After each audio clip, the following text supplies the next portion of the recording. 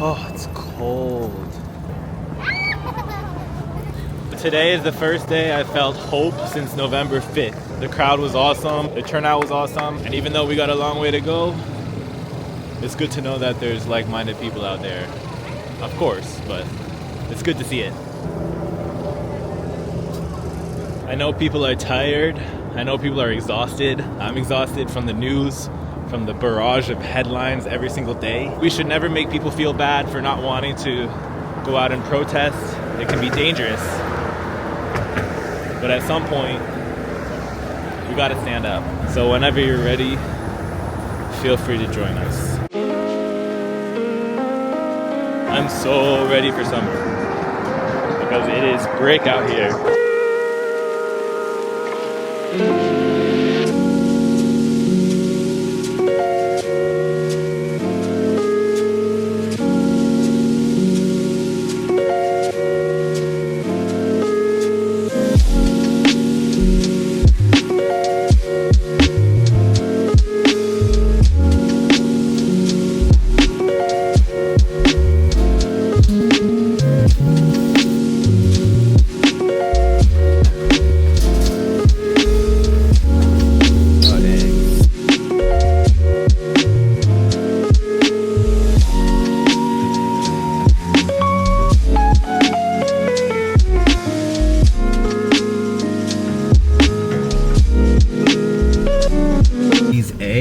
Are costing like $10, $11, $12. I've even seen $15 eggs for like $18. That's almost $1 an egg. Like, that's insane. Apparently all these chickens all over the country have been catching bird flu, a lot of them dying. A lot of the farmers have to kill the chickens if they get bird flu, and that's affecting the egg supply. So yeah, that's where we are. Gonna run to another store to get those eggs, unfortunately. Then I'm gonna head back home so I can warm up a little bit.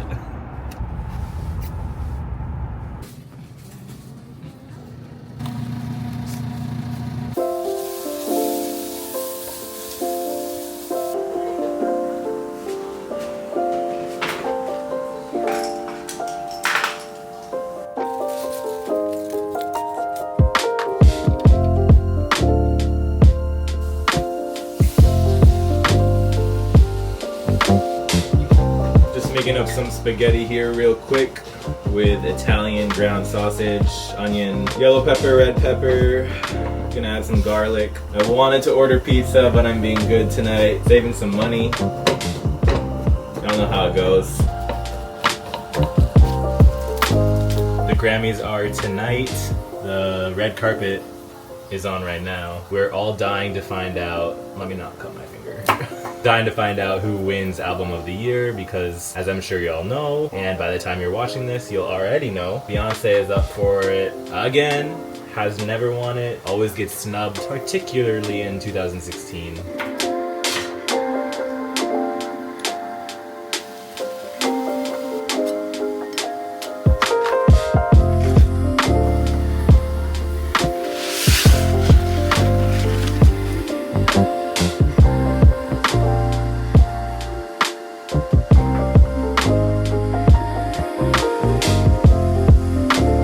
I've been getting whole wheat spaghetti because of the protein. Whole wheat bread, spaghetti, whole wheat whatever has protein too, and it is a super complex carb. Really helps you if you're trying to gain muscle or just get a really complete carb. Complex carbs are not bad. So if you're someone who struggles to gain muscle, struggles to gain weight like me, because I'm tall, I have long limbs. The reason you might not be gaining weight easily might not be because you're not getting enough protein, but rather because you're not carbing up enough before or after your workouts. People with high metabolisms, if you're doing a lot of cardio, you really need to make sure you're getting enough carbs.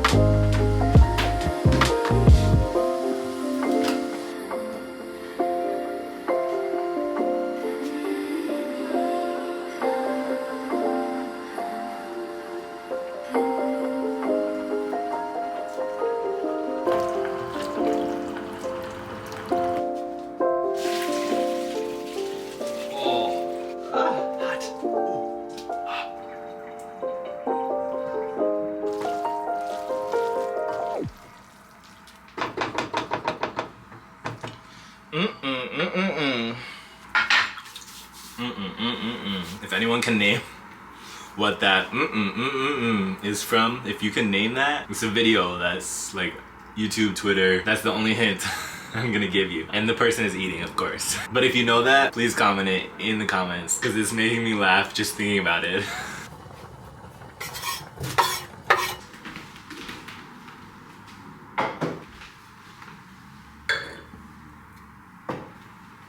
Feels good to sit down after making dinner.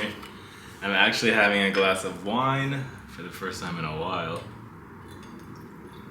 I prefer Cab Sauv, but this is all that is here. And I've probably told you all this before, but these are actually pepper flakes from my brother's garden. These are homemade, homegrown. I'm definitely getting used to doing a lot more things alone. It's funny because I used to be so good at being alone. You don't think twice about it. I was just independent all the time and not afraid to go off and do some adventure and just be alone and enjoy my own company. And I still do it, but I definitely think twice beforehand. Maybe because I've been in relationships now and I know what it's like to have a companion with you. So now that when I go alone, it's like, oh, it does feel a little bit lonely. But it's probably just an adjustment I have to make. I won't let it stop me, that's for sure. Getting ready to make some big decisions about where I want to go, what I want to do, if I want to stay here in New York. Just got to remember that there's so many awesome opportunities out there for me. And to be honest, I kind of feel like it would be a shame to stay in one place for so long and miss out on opportunities that might be out there.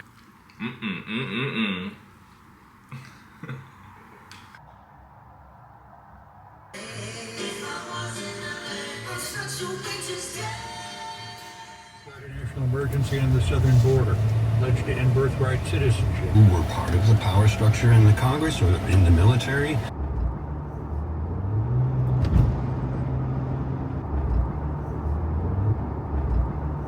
So I've been itching to fly my drone for a while. It's been like over a month since I've done anything with my drone. And a few months ago, after I had come back down to New York from up north, I crossed this bridge called the Kingston-Rhinecliff Bridge. The river is completely covered in ice. Since it's not too far from New York, I decided to take the day and drive up here just to try to get some drone shots. And it is not disappointing because the river, this is the Hudson. Obviously, it's not completely frozen, but it is pretty much frozen. There's so much ice and the bird's eye view really looks incredible. It was a little bit of a drive, but nothing major.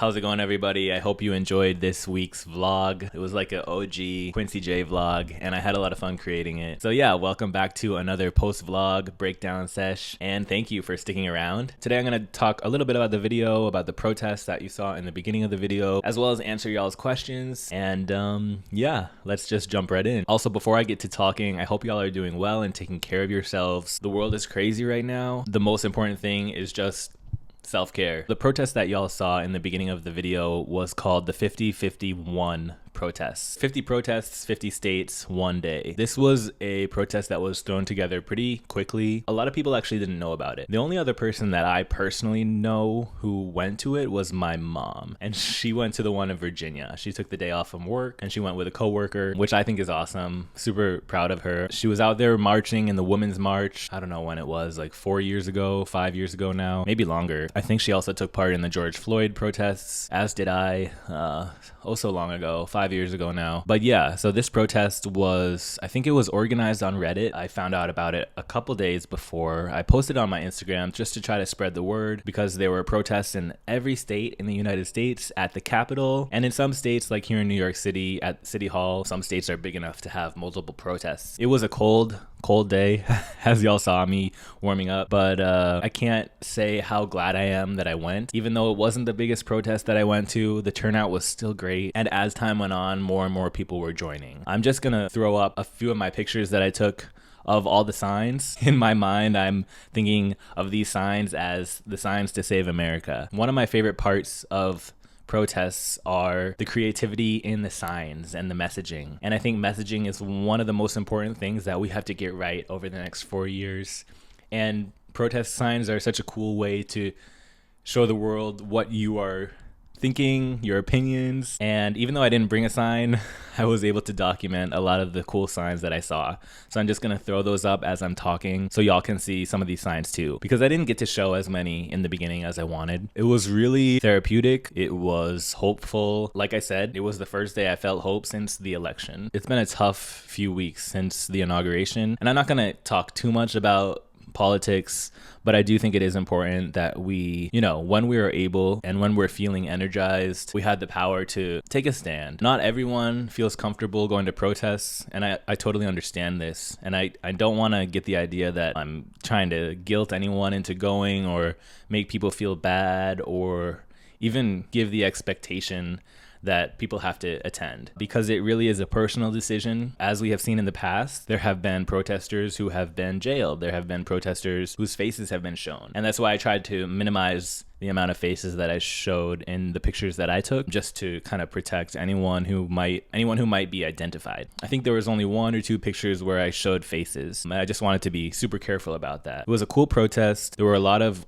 older people, older than myself, I should say, which makes sense because it was on a Wednesday at 2 p.m. A lot of people cannot take off work, and I totally understand. A lot of people just weren't ready to go because people are still exhausted. In my mind, this was kind of just a good starter, because I know there's gonna be a lot more people taking to the streets, showing their support for this movement that is surrounding the support of diversity, our rights, trans rights, of civil servants, just showing our support for the people who are being targeted the most in this time. I think all of us, especially us who are more privileged, and I view myself as somewhat privileged and able to, make my voice heard because I have a platform. I think we all have a little bit of a duty to just do our part.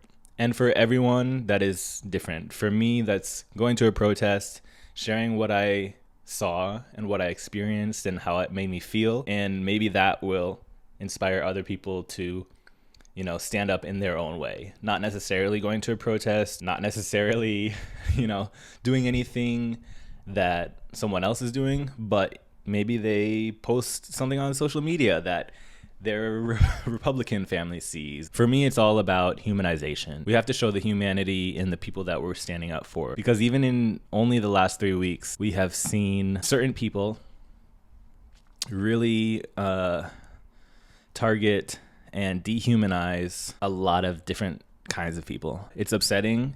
It's been a hard few weeks for a lot of us. And the only reason why I'm kind of talking about this and feeling a little bit upbeat is because I went to that protest, and it made me feel so it made me feel a little bit more at ease. Obviously, I know that there's like-minded people like myself out there, but to be physically in the same space and standing next to them, chanting with them and listening to the speeches, even though it wasn't the perfect protest or the biggest protest, it was still meaningful. People still noticed, and that's the whole point. It was peaceful. Heard a lot of people talk about their own experiences. We heard people stand up for their friends and people of different races and people of different gender identities. That's what we need to be doing in this time. So I look forward to more of this in the coming months, years. I look forward to all of us realizing what we can do, and also kind of realizing our own limitations and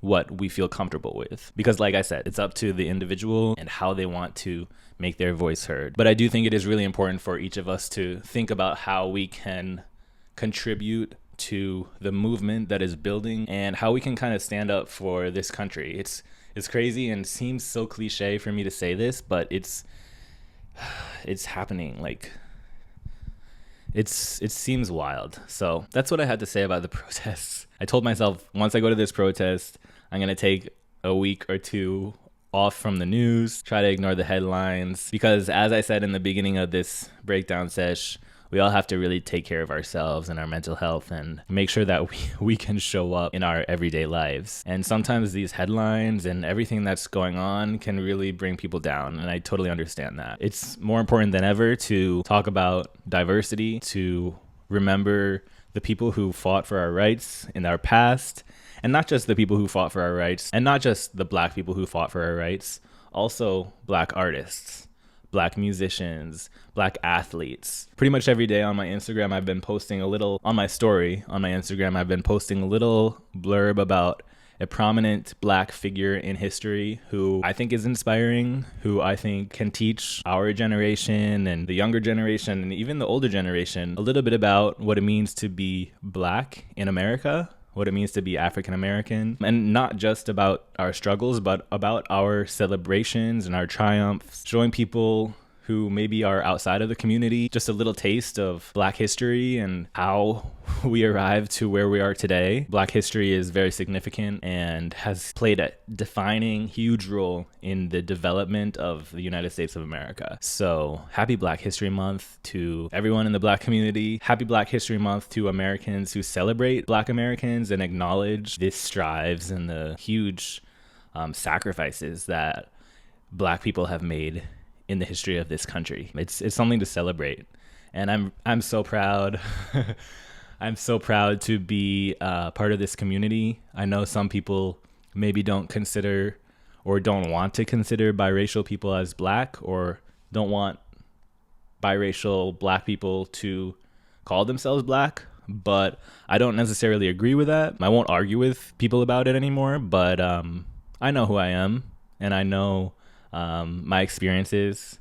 So I'm just proud. That's all I'll say. So yeah, happy Black History Month. All right, let me get to these questions. This question is from Renee Holder-McLean-Ramirez 4517. Keep giving yourself grace. Happy 2025. It's lovely seeing you back. What do you think about the new presidential administration's current policy actions towards LGBT plus people? I think it is horrendous. I think it is atrocious, it is divisive, and it is very, very misinformed. And I know it's purposeful. Of course, they're trying to do that. The worst part about it is that they're trying to separate lesbian, gay, bisexual and say that we're acceptable and push away trans people or dehumanize them or deny their existence. It's unacceptable. It's completely disgusting. Trans people are a part of this community, whether you like it or not. It is disheartening and just terrible to see other gay people kind of excuse this behavior. It's worrisome, to say the least. I think a lot of us in the gay community, especially here in New York, if you live in a big city, we have trans people in our lives. These people are beautiful. These people are caring, as we all are, and these people are human. That's just the base of it, you know? There's so much more to celebrate about trans people, and I hope in the future we will get to a point where we can celebrate them more broadly, and the larger population can realize that they're no different than any of us. It's really depressing, and I can't imagine from the experience of a trans person how it makes them feel. I really thought that trans people were starting to be more accepted on a broad spectrum here in the US, but I was wrong, I think. And maybe that's because a lot of the nasty, hateful people were kind of hidden in the Obama administration and the Biden administration. And maybe it's because in the first Trump administration, they didn't target trans people quite as much. I could be wrong about that, and please, if you have anything to say or add to this conversation, add it in the comments below, because I'm not always the most informed person. But this time it feels much more targeted, feels much more specific, and much more hateful. And it's scary. It really is scary. So if anyone who is watching is trans or is non-binary, and forgive me if I'm not using the correct terminology, please understand that you are seen, you are accepted here in this space, and you are celebrated. Too many people, even in the gay community, too many people are really disgusting towards trans people and offensive and still use slurs. Gay men, I'm looking at you for real. We need to cut that out, because if we can't even accept people in our own community, how do you expect people outside of our community to accept them? It's just something to think about. The language that we use is important and meaningful, and people can hear us. People listen to the words that we say, and it's really important that we respect trans people, non-binary people, etc. That's what I think about the administration's policies, and I don't think they will be successful in their targeting of trans people, but if they are, we have to be ready to stand up for them and protect them and help out in the ways that we can. The next question is from Yuri Amaze. How do you stay in good spirits during a breakup? I am no expert. It's not easy, and to be honest, I don't know if there's any surefire way to stay in good spirits. I think the only way to kind of reach a point where you're feeling good or feeling better is just keep taking care of yourself, keep practicing self-care, keep doing things that make you feel good and make you feel happy. And eventually those feelings of sadness or loneliness that come after a breakup maybe will go down a little bit or disappear, dissipate. I put on a nice happy face for you guys. Maybe not always. I think some people noted in my Christmas video, you could kind of tell I was down in the dumps.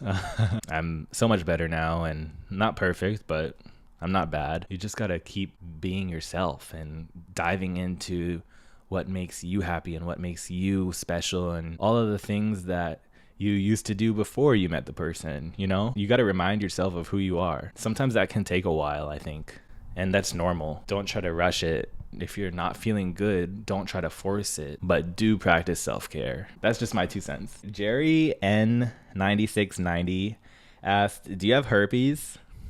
I'm not going to answer that. Even if I don't have it, even if I do, I don't think it's appropriate. What advice would you give to a 30-something-year-old who had never had a boyfriend? Do you think it's worth trying to find someone? If you are looking for a relationship and you think it can benefit you and help you grow or make you feel any certain way in a positive way, I don't see why there would be any reason not to seek out a relationship. I know it can be really... First of all, actually, let me backtrack. 30s is not old. You can find a relationship in your 60s. You can find the love of your life in your 40s. You know, there's no age limit to love. You can have a love of your life in your 30s, separate, and find another love of your life later on in life. If that's what you want and that's what you think will improve your life, and you want to have a family or something, you want to strive for a relationship, why not seek it out?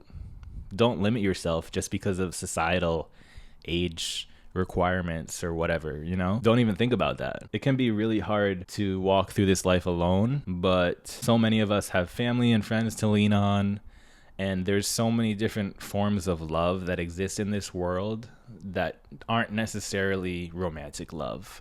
So I would also remember that. Keep looking, but don't make it the sole purpose of your life, and don't let it get you down if you don't find that romantic love that you want. Maybe you find a really amazing pet that you love, and that can bring you so much joy as well. You know, there are so many ways to express love and feel love. Yeah, seek it out, but don't let it bring you down if you don't find it. The next question is from Luke Ty Walker. In your opinion, when it comes to a relationship, how do you personally know when to continue to fight to stay together, or when to accept that it's not going to work? Where is the threshold between not giving up and realizing you may not be compatible? I mean, I don't have an answer for this. I can just give you my experience. There's a feeling of repeated fights and repeated conflicts and not progressing as a couple. And after a certain amount of time, it wears both of you down. Even if you both have feelings for each other, even if you both have love, if conflicts keep arising, even if it's one of you one day and the other the next day, you have to take a step back and think about, you know, what's really going on here.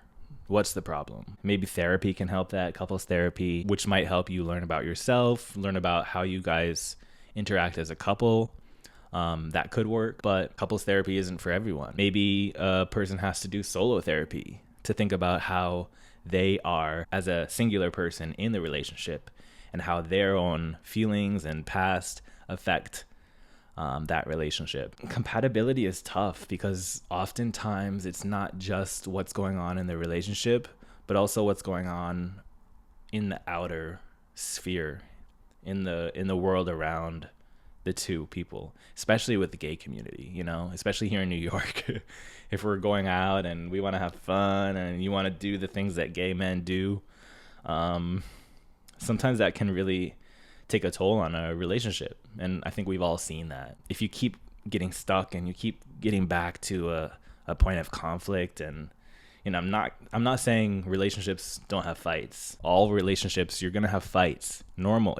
It's so normal to have arguments, but it's not normal if those arguments get physical. It's not normal if there is manipulation or emotional abuse. For people to kind of understand the difference between what's acceptable and what's not acceptable and just be aware of that can really help you figure out if you should keep going or if you should take a step back. And in this time with social media, it really creates problems. You know, humans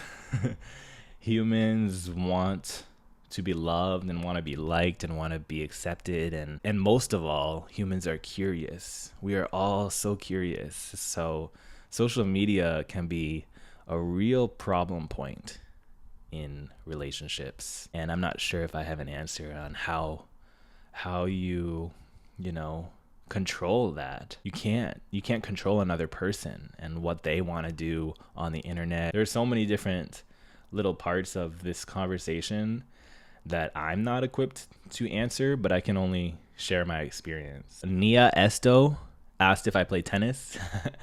Do I still play tennis? I don't know if I can consider myself still a tennis player, but I did grow up playing tennis. I was on my high school varsity team all 4 years. Feel lame still repping that. We won our state title my senior year. It was a dream. It was really awesome. I love tennis. I love it. That's why you guys see me watching, but I haven't played in over a year, and it's depressing, but I'll get back to it. My late grandmother, she always said, don't let go of tennis. Don't stop playing tennis. And she played tennis until she really couldn't anymore, into her 70s, I believe, and maybe even her early 80s with her tennis friends. I've just been taking a little bit of a break to focus on other things. Y'all, if y'all saw me every summer in high school, I was at the courts, you know, almost every day. Tennis was my life. Maybe now I haven't played because I just did so much of it for a good 5, 6, 7 years, but I still get a lot of joy watching tennis. I'm gonna get back to my tennis playing at some point when I make time for it. That's about it for today, guys. Thank you so much for watching. For those that stay to the end, thank you for always coming back. Have a great week. Keep taking care of yourself. And yeah, I'll see you on the next one. Peace.